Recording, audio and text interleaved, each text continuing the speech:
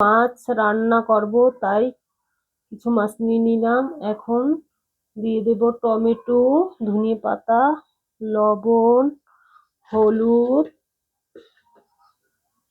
মরিচ গুঁড়ো সব দিয়ে মেখে নেব মাছগুলো ভালোভাবে।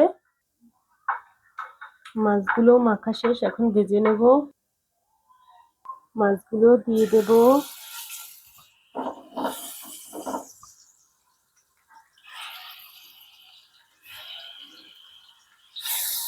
মাছগুলো উল্টিয়ে নেব। মাছগুলো এক সাইডে রেখে আমি দিয়ে দেব পেঁয়াজ বাটা, আদা বাটা। এখন দিয়ে দেব সামান্য পরিমাণ পানি, মরিচ গুঁড়ো, হলুদ গুঁড়ো,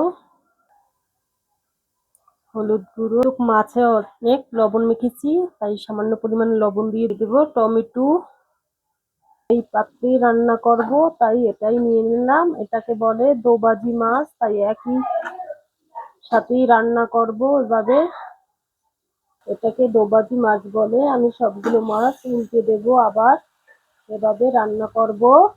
সবগুলো মাছ উল্টিয়ে আর এক পাশ ভেজে নিলাম। এখন পানি দিয়ে 5-6 মিনিট ঢেকে দেব।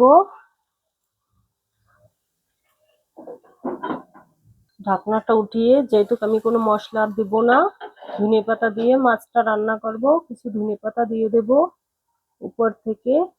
তারপর আবার কিছুক্ষণ ঢেকে রাখবো। ঢাকনাটা উঠিয়ে একটু নেড়ে নেব। ধনেপাতাটা একটু দিয়ে দেব মিক্স করে। এভাবে কে কে মাছ ভুনা করে খেয়েছেন আমাকে জানাবেন। এটি দোবাজি মাছ বলা হয়। রান্নাটা আমার রান্না শেষ হয়ে গেল।